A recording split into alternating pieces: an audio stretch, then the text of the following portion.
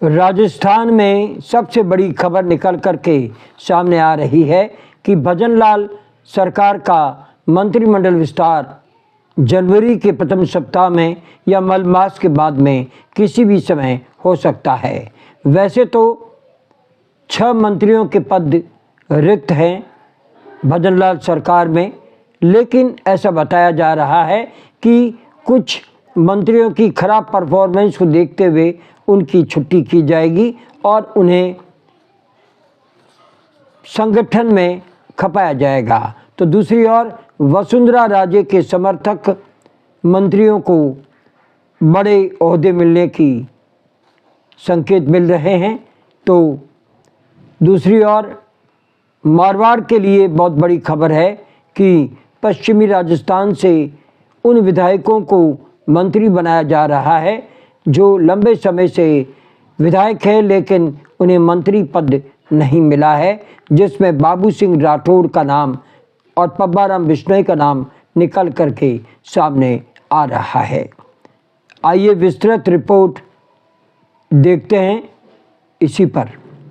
पूर्व मुख्यमंत्री वसुंधरा राजे की प्रधानमंत्री नरेंद्र मोदी से मुलाकात के बाद जयपुर में भजनलाल मंत्रिमंडल के विस्तार के संकेत तेजी से मिलने लगे हैं।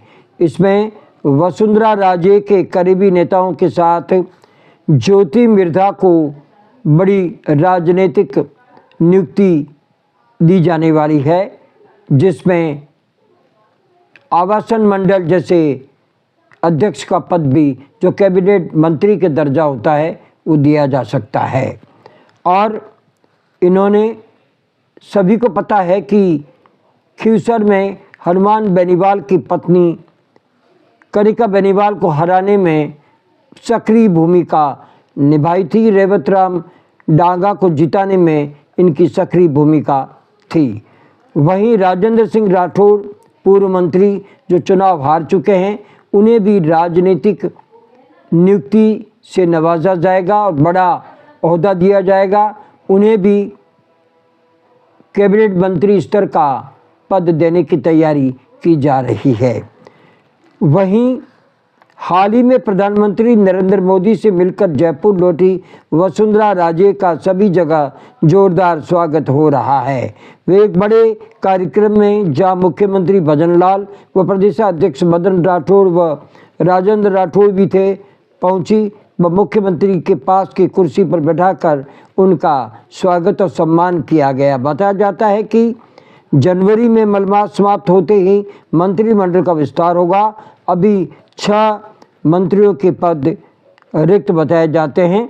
ये भी बताया जा रहा है कि खराब परफॉर्मेंस वाले मंत्रियों को हटाया जा सकता है।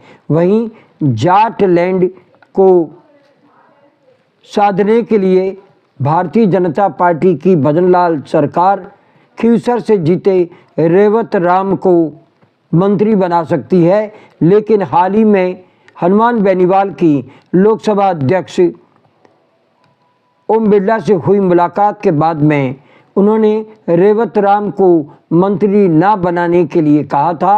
देखते हैं रेवत राम मंत्री बनते हैं या नहीं बनते हैं। अगर रेवत राम मंत्री बनते हैं तो ये भारतीय जनता पार्टी का हनुमान बेनीवाल के मुंह पर बड़ा तमाचा होगा, जबकि कयास ये लगाए जा रहे हैं कि लोकसभा अध्यक्ष ओम बिरला से मिलने के बाद में हनुमान बेनीवाल ने भारतीय जनता पार्टी ज्वाइन करने के भी संकेत दिए हैं। देखते हैं ओम बिरला और हनुमान बेनीवाल की बातचीत का खुलासा 1 या 2 दिन में मंत्रिमंडल विस्तार की घोषणा के बाद होता है या नहीं होता है। अब आपको हम बताते हैं कि इस मंत्रिमंडल विस्तार में चूँकि 6 मंत्री लेने हैं, लेकिन 1 दर्जन मंत्रियों का खराब परफॉर्मेंस देखते हुए इनकी छुट्टी की जा सकती है। इतने बड़े स्तर पर मंत्रियों को हटाने के लिए ये भी तय है कि इन्हें संगठन में बड़े पद दिए जा सकते हैं, लेकिन 8 मंत्रियों के नाम सामने आ चुके हैं और इन्हें मंत्री पद छोड़ना पड़ेगा, ऐसे संकेत मिलने वाले हैं। उनकी जगह नए विधायकों को मंत्रिमंडल में जगह मिल सकती है। मारवाड़ का प्रतिनिधित्व भी बढ़ाया जा सकता है। पुष्पेंद्र सिंह बाली, ताराचंद जैन, जसवंत यादव, श्रीचंद कृपलानी, कालीचरण सराफ, अर्जुन लाल गर्ग, बाबू सिंह राठौड़, पब्बाराम बिश्नोई, अरुण चौधरी, अर्जुन जिनगर, अनीता भदेल, योगेश्वर गर्ग, शंकर सिंह रावत, जगत सिंह के नाम मंत्रिमंडल में शामिल किए जा सकते हैं। इनमें से ये तो मान करके चलिए कि वसुंधरा राजे के समर्थकों में पुष्पेंद्र सिंह बाली, कालीचरण सराफ, श्रीचंद कृपलानी, बाबू सिंह राठौड़ और अनीता भदेल बहुत ही करीबी नेताओं में से माने जाते हैं, जो कि वसुंधरा गुट से आते हैं और इन्हें मंत्रिमंडल पद मिलना यानी वसुंधरा राजे की ताकत को बढ़ाने का काम प्रधानमंत्री नरेंद्र मोदी और राष्ट्रीय संगठन करने वाला है, ये तय है। लेकिन एक तरफ जहां कांग्रेस विधानसभा सत्र में हमले पर हमला बोलेगी और वर्तमान हालातों को देखते हुए ये तय है कि विधानसभा में हंगामा होगा, लेकिन साथ में भजन लाल भी अपनी पावरफुल सेना को लेकर के विधानसभा में उतरने की तैयारी कर रहे हैं और बजट सत्र में हंगामा हो उसके पहले ही मंत्रिमंडल का विस्तार होना तय है, माना जा रहा है। इधर किरोड़ीलाल मीणा, जिन्होंने कि मंत्रिमंडल से इस्तीफा दे चुका है और लेकिन उनका इस्तीफा मंजूर नहीं हुआ है, उन्हें शायद मंत्रिमंडल से हटाया जा सकता है। लेकिन पूर्वी राजस्थान के सबसे बड़े चेहरे को मंत्रिमंडल से हटाने की जिम्मत शायद भारतीय जनता पार्टी ना करे तो उन्हें बड़ा पद भी दिया जा सकता है, ये भी मान करके चला जा रहा है। किरोड़ीलाल मीणा को बड़ा मंत्री पद देने की तैयारी भी हो सकती है।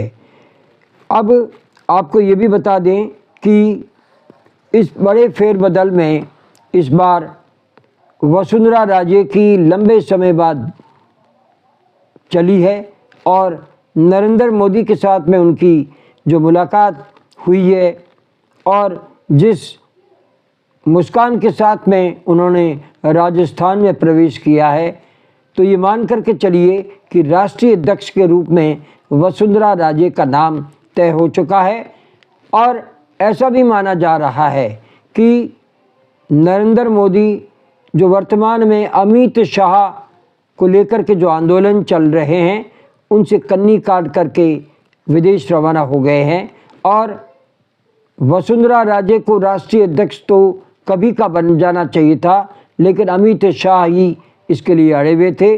तो वसुंधरा राजे से नरेंद्र मोदी की मुलाकात को लेकर के ये भी कहा जा रहा है कि नरेंद्र मोदी ने अमित शाह को नज़रअंदाज करते हुए वसुंधरा राजे को तवज्जो दी है।